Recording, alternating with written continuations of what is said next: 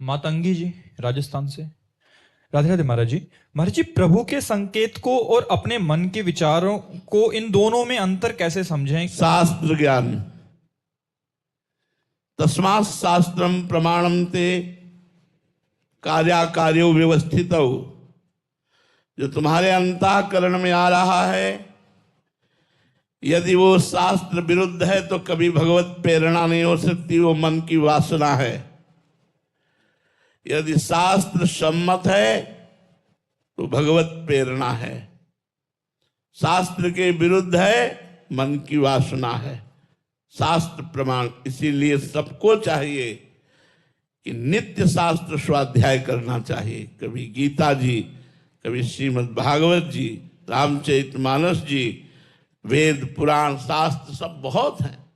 थोड़ा समय अध्ययन में देना चाहिए, जिससे हमें पता चले कि हमारा क्या धर्म है, किसे अधर्म कहते हैं, क्या करना चाहिए, क्या नहीं करना चाहिए। ये जो हमारे अंदर स्फुरणाएं होती रहती हैं, ये दो प्रकार की होती है, एक असत और एक सत। सत क्या है, असत क्या है, इसका निर्णय करने वाला विवेक सत्संग से और शास्त्र स्वाध्याय से प्राप्त होता है। बिनु सत्संग विवेक न होई।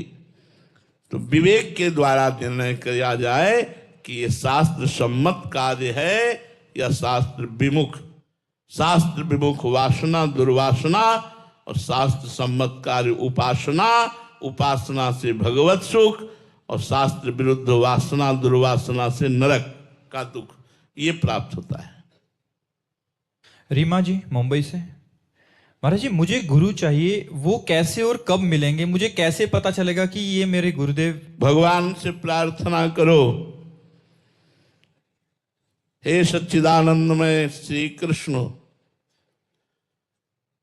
आप मेरे सदगुरु हैं, पर प्रगट में गुरुदेव के रूप की आवश्यकता है। तो आप जहां मेरे गुरुदेव के रूप में हो, वहां मुझे ले चलिए, या आप स्वयं आकर मुझे स्वीकार कर लीजिए। तो बन्नो गुरुपद कंज कृपा सिंधु नर रूप हरि। हरि नर रूप, कृपा सिंधु, कृपा सिंधु हरि ही नर रूप में मुझे गुरुदेव के रूप में मिले, ऐसी कृपा करो। जिनके वचनों के प्रकाश में हम अपने अज्ञान अंधकार का नाश करके भगवत प्राप्ति कर सके। बन्नो गुरुपद कंज कृपा सिंधु नर रूप हरि, महामोह तम पुंज जासु बचन रवि कर निकर। ये भगवान से प्रार्थना करो, वही सदगुरु हैं, वही सदगुरु रूप से मिलते हैं, दूसरा कोई नहीं। जो सदगुरु को भगवान नहीं मानता, उसकी कभी कल्याण नहीं होने वाला, कभी आध्यात्मिक उन्नति नहीं होती। गुरु साक्षात परब्रह्म तस्मै श्री गुरुवे नमः। सुरुचि सिंह जी, ऋषिकेश से।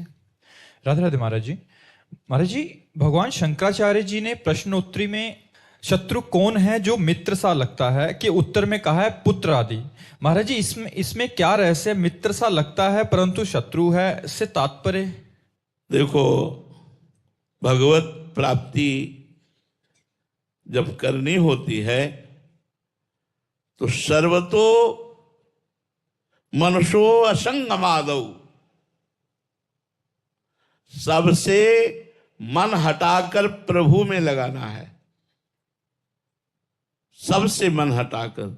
सरल भाषा में लिखा है, जननी जनक बंधु सुत दारा, तन धन धाम सुहृद परिवारा। सबकी ममता ताग बटोरी, मम पद नहीं बांधी बर डोरी।